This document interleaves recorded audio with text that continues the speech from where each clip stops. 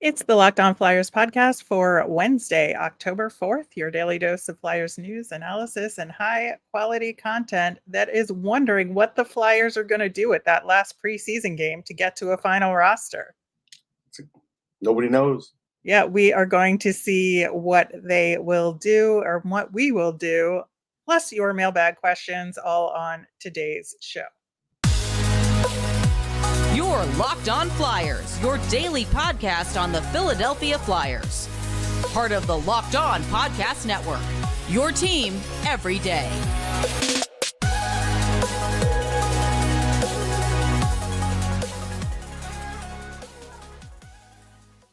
Hey there, and thanks for making Locked On Flyers your first listen every day. I am Rachel Donner. You can find me on the app formerly known as Twitter at rmiriam. I'm here as always with Russ Cohen, who's on all your favorite social media apps at Sportsology. And as a show, we are at Locked On Flyers pretty much anywhere on social media. So find us there.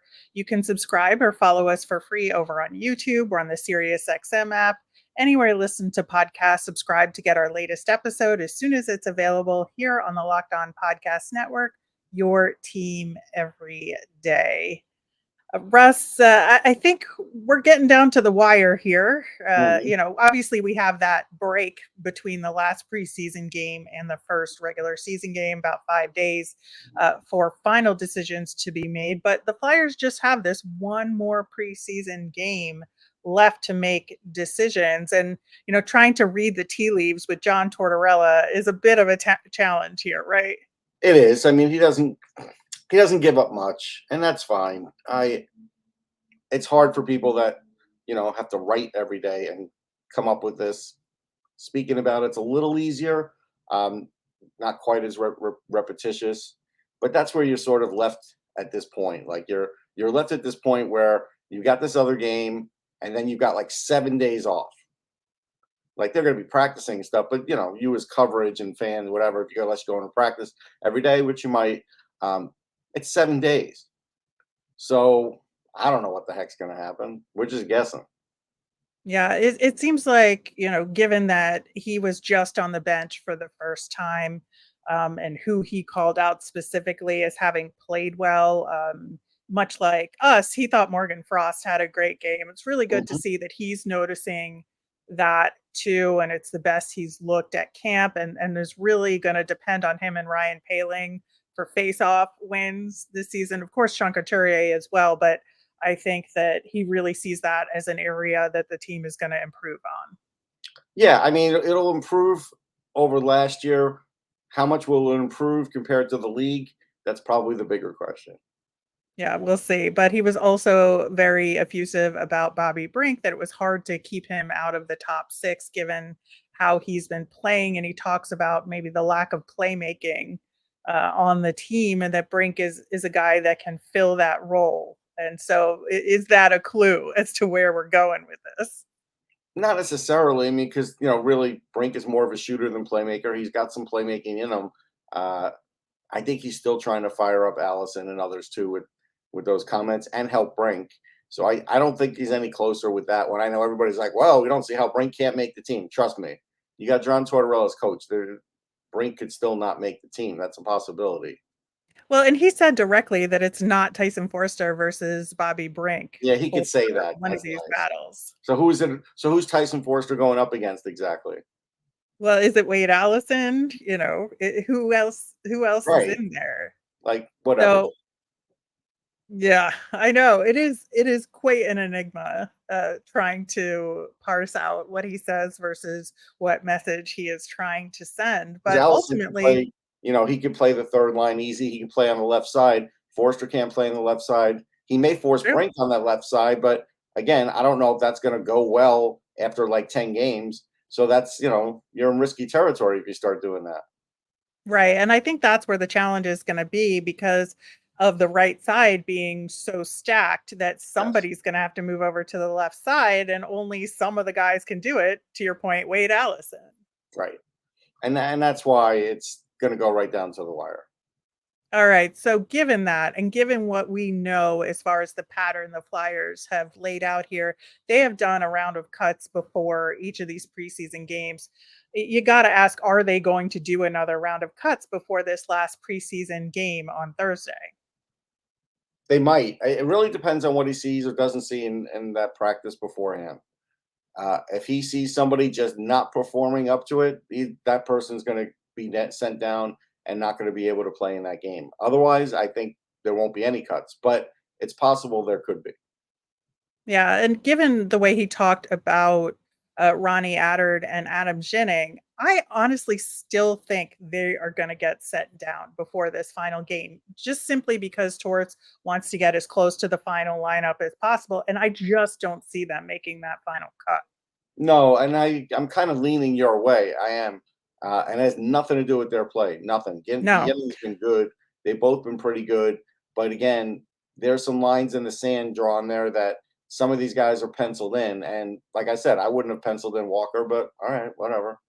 Yeah, I think that's where the issue is that I think he just is gonna want those 2 guys to get as much ice time as possible, and sending them down to the Phantoms is the right move if that's what you want, given where everybody else could fall, and so let's give him the opportunity to play in a couple preseason games with the Phantoms this weekend and get him down there and practicing as soon as possible.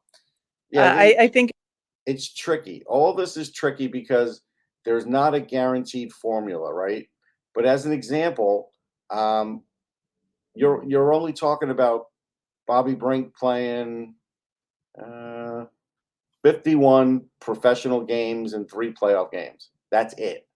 So the defensemen have played more, but like it doesn't seem like that matters because they're going to go with some need here too.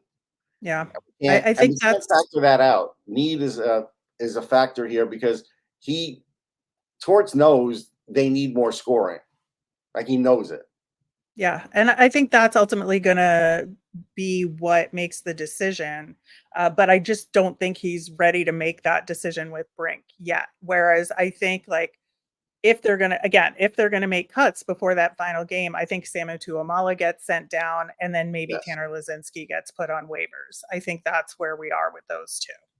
Yeah. I mean, right now, um, we're looking at the defenseman playing basically just about a full season, Yinning a little less, added a little more of experience, and both of them are. It's more than Brink, and so you have to be careful about that. Like that's a tricky equation here. None of these guys that we're talking about have had like 2 full seasons in the AHL, which is what you really want, honestly. Right, and that's why I think it makes sense to send Attard and Jennings down just because it'll give them more ice time and more games at the pro level, with the Phantoms, and he knows that, and so he'll just make that decision right away.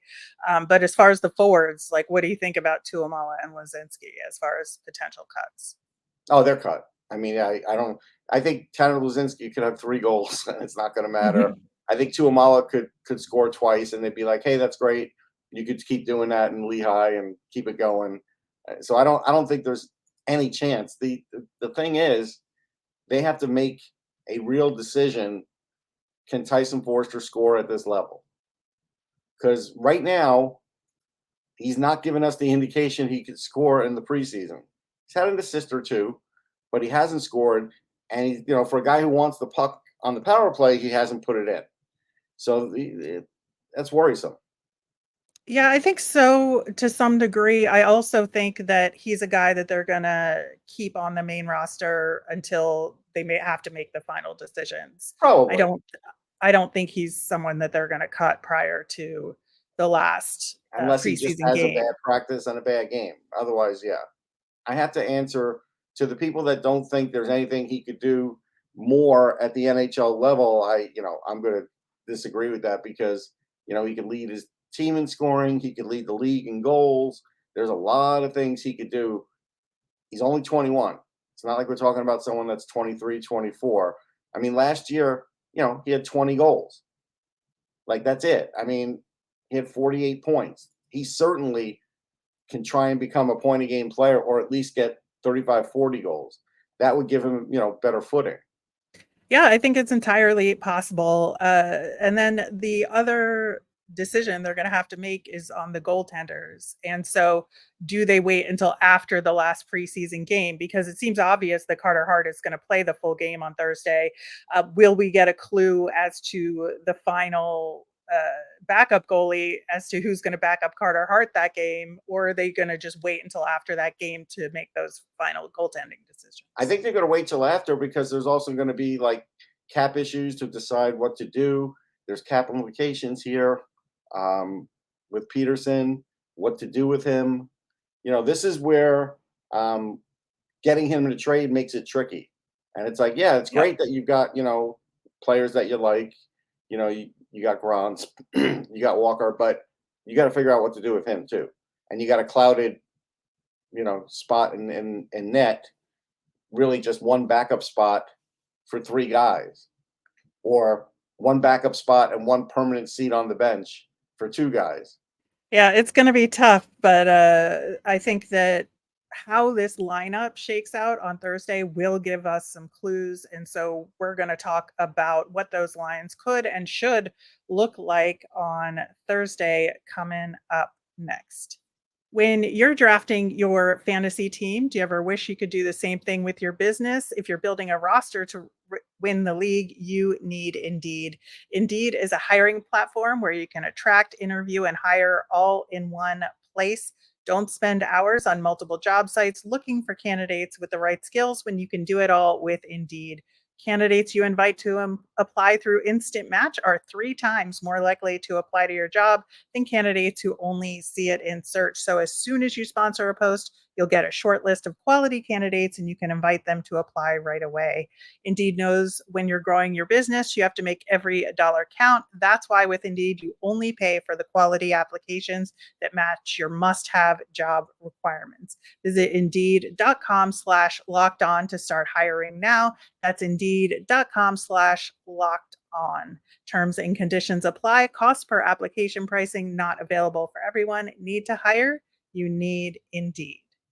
So, coming up later this week, of course, we will be talking about the final preseason game and these last decisions to make. Also, I spoke with Seth, one of my fellow Locked On NHL hosts, about the state of the Flyers. So, look for that season preview clip in your feeds today.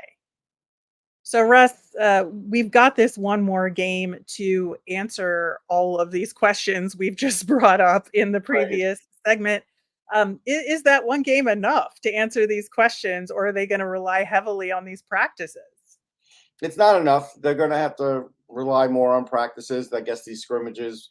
I don't feel like it's going to be settled at that point.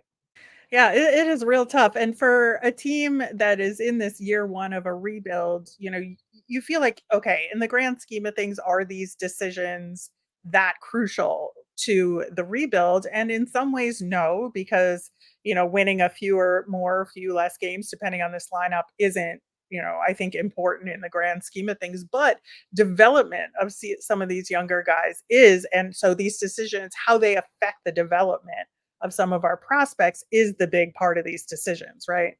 Yeah, that's the biggest thing is, how are you affecting their development? What would be better for their development? Yeah. So we did just talk about the goaltending. And what do you think? Will the actual chosen backup get the backup slot Thursday night? Yeah, I think Urson's the goalie. I don't think there's any battle going on. I just think it's a matter of what to do with the other two. Yeah, I think so. I think Sandstrom may be more likely to be taken in waivers, honestly. And Yeah. so what do you do there? And so that's going to be that big decision. But if Urson is the backup on Thursday night, I would expect him to get that backup slot as well.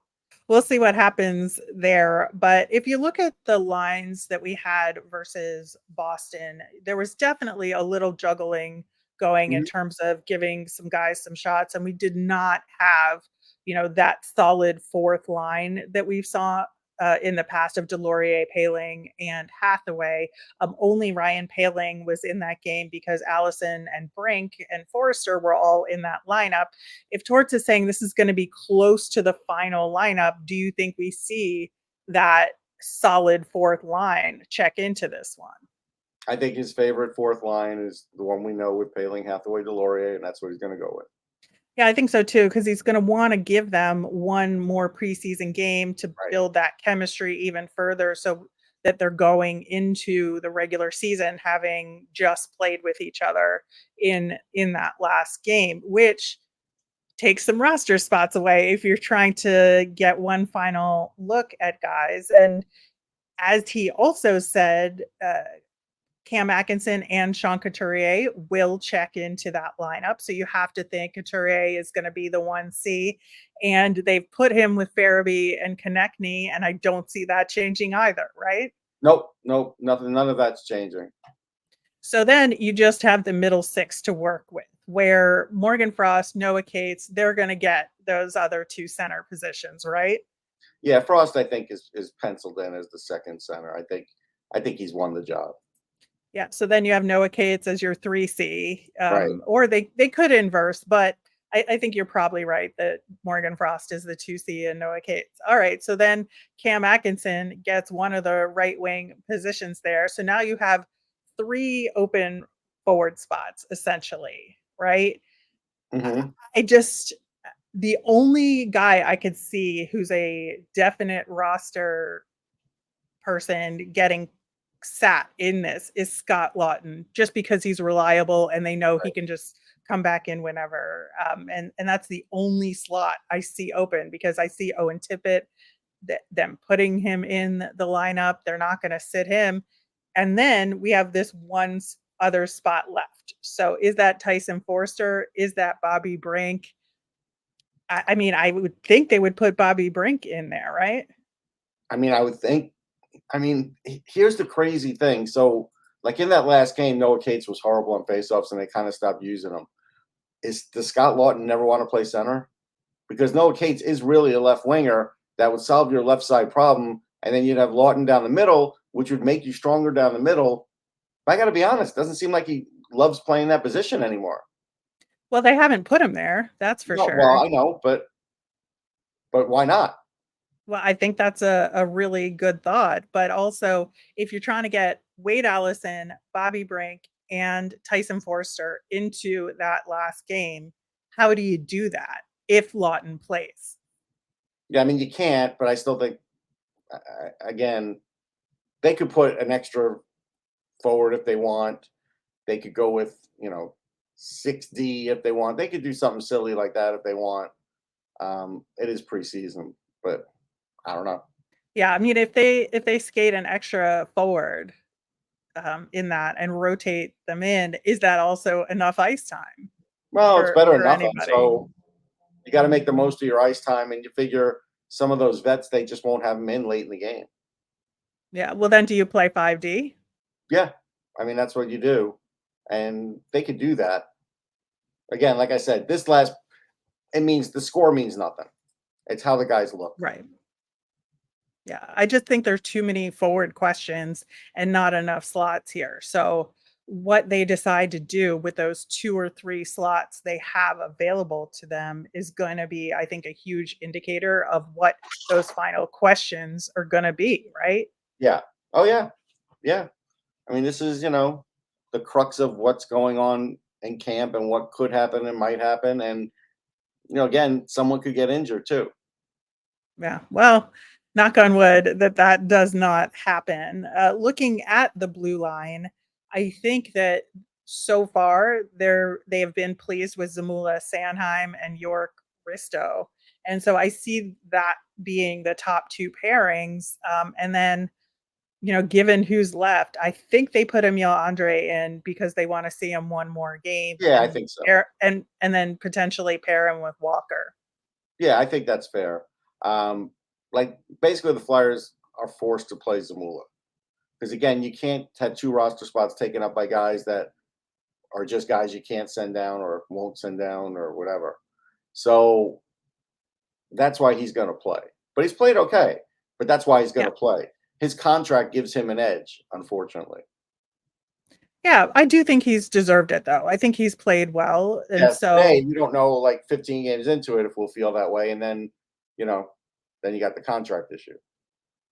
Right. Well, I think that's a cross that bridge when we get to it situation for the Flyers. I think as long as Zamula has reached a certain level of play, which I think he has in this preseason, they're going to keep him in. And I don't think it's like a harm to the Flyers lineup at all. I think he's playing well enough that given the personnel on the Flyers blue line right now, like I think he makes the cut. And I don't think it's a question.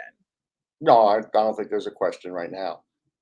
Yeah, so I think they do put him in for that last game. But again, I just really think they do put Emil Andre in there regardless because I think they want to see him one more game. Yeah, and that's fine. And then he will get cut.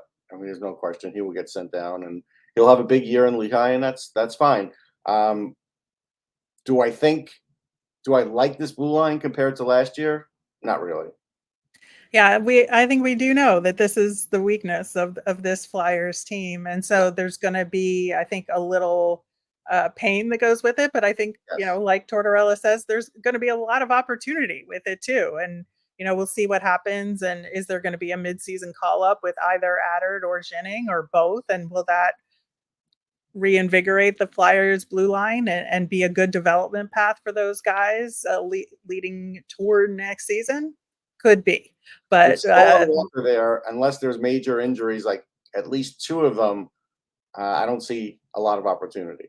well, I do think there will be on this blue line, much like Tortorella did last year, and given that they don't have anything to lose. Yeah, but this he season. did that very late in the season. He didn't do that early on, and he acted like the season was on the line for a very long time, and so he might just do that again. I know that would not shock me. Could go either way, but I choose to live in the world where the chances are there. All right, we have some of your mailbag questions to answer, and we are going to do that coming up next. Snap into action this NFL season with FanDuel, America's #1 sportsbook. Right now, new customers get $200 in bonus bets guaranteed when you place a $5 bet. It's $200 in bonus bets, win or lose. If you've been thinking about joining FanDuel, there's no better time to get in on the action. The app is so easy to use. There's a wide range of betting options, including spreads, player props, over-unders, and more. So visit FanDuel.com/lockedon and kick off the NFL season. FanDuel, official partner of the NFL. All right, Russ, we've got a few mailbag questions to answer. Steve wants to know, are the depth vets actually getting in the way of the younger guys, or are the younger guys not ready anyway? Well, I think the depth vets on defense are getting in the way, yes, because I don't think Walker's any great shakes, and he is certainly getting in the way. I like Mark Stahl as a guy. Is Mark Stahl going to make a big improvement on this season? Probably not. If he makes somebody better on that team, great. We'll wait and see on that, but they definitely are getting in the way. Yeah, I think I agree with you that on the forward side, there's a question as to whether or not, some of these guys are ready yet anyway. And some of the vets that we do have are good and deserve the spots. I think, prior to training camp, maybe we would have felt otherwise. And I do think as far as in training camp, some of the vets have gotten in the way in terms of giving the younger guys chances. But I do think that what we've seen from some of them has not been enough, and they've been given every opportunity. So, we'll see how this shakes out here. At Red River Wave said over on YouTube, the games the Flyers win will be categorized as winning ugly under John Tortorella. As long as he's coaching them, that's going to be what it is. Do you think that's a true statement, Russ? I mean, I think it's what he tells himself, and I think it'll be true to a certain degree, but I think there's going to be times where that's not going to be true, and we'll have to see how John handles it. This is more of a rebuilding year now. Last year, he was not going into this rebuilding. He's being told he's rebuilding here, but he's not showing all the classic signs of a rebuild. So he's still kind of doing it his way. We'll see. I mean, we'll see if he enjoys coaching in another 2 months. Yeah, I think in this preseason, at least, we haven't seen the Flyers being a pure shot blocking team. Now, maybe because it's the preseason, they don't want to get hurt. They're not doing it as much. But I feel like the way the defense has played is not a true John Tortorella system. Again, that could kick in the regular season. Gets in there and blocks, 12 shots a game. Yeah. Yeah. So I think it's definitely a wait and see mode situation for me to really know whether or not that's true. Michael wants to know, so far the Matvei Michkov loan seems to be working. He's got 4 goals and 6 assists in 8 games, including 3 points versus Siska, who sent him to Sochi. Is ice time all that matters here for him? No, I mean, look, he's got the offensive ability. There's more things that go into a making up of a hockey player: traveling, practicing, all these other things, going through adversity, trying to make the playoffs. Just going on a team where you're going to get a lot of playing time is great. Is he going to lead them to playoffs? I don't know. So that's a thing. I know everybody's talking about, well, hey, it's great if he's like 3rd in the league in scoring. Okay, yeah, that's great, but you kind of want him to be a leader too. If you want him to be your best player down the line, he is going to have to lead the Flyers. And so that's something that doesn't happen overnight. No, that is absolutely true. And I think like for this first year of this 3-year contract he has in the KHL, I think I wanted to see the scoring and maybe a little bit of leadership. Like I'm not expecting too much on that side of things this first year. I think as long as he's getting the ice time and he's scoring, that's a good first year for him. I think that other stuff has got to start kicking in year 2, year 3, so that when he comes over, he is that complete mature player that we need on the Flyers, so he can kind of take the reins of this team. Yeah. Last question. Ron wants to know who gets the most points on the Flyers this season. Travis Konechny. Yeah, I think so too. I think maybe a dark horse candidate here is Joel Farabee, but I do think that Konechny will pick up where he left off and provide the bulk of the scoring. Playmaking just not there. Like, he always was going to be a scorer, but he had some playmaking ability. We haven't seen that come back in his game yet, really. Yeah, I mean, I think that's fair. I just think that there's going to be something about Farabee's season this year. Like it feels like for him personally and his own individual goals and expectations of himself, this is going to be an important year for him and No his career. All of that being said, I still think Travis Konechny outscores him. Right. I really feel like Konechny is like the I don't know if you would say a placeholder leader on this team while we're waiting for Matvei Michkov or some other elite player that we happen to draft. He's like a building block kind of guy who can help you get to the next group because you feel like he probably won't be there. But he's peaking right now. So that's the other. Yeah, he's the steward of this team. I guess that's the right word I am looking for right now.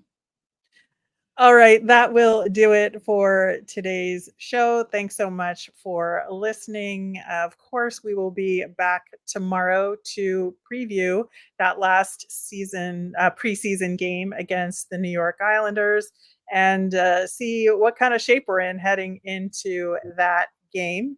As a reminder, we always want to hear from you. So if you've got questions you want us to answer on the show, you can send them to us via Twitter at LockedOnFlyers. You can email us at LockedOnFlyers@gmail.com, or you can comment over on our YouTube channel. I am Rachel. I'm on the app formerly known as Twitter at rmiriam. That's RMIRIAM. I'm Russ. I'm at Sportsology, SPORTSOLOGY. Have a great day, everyone.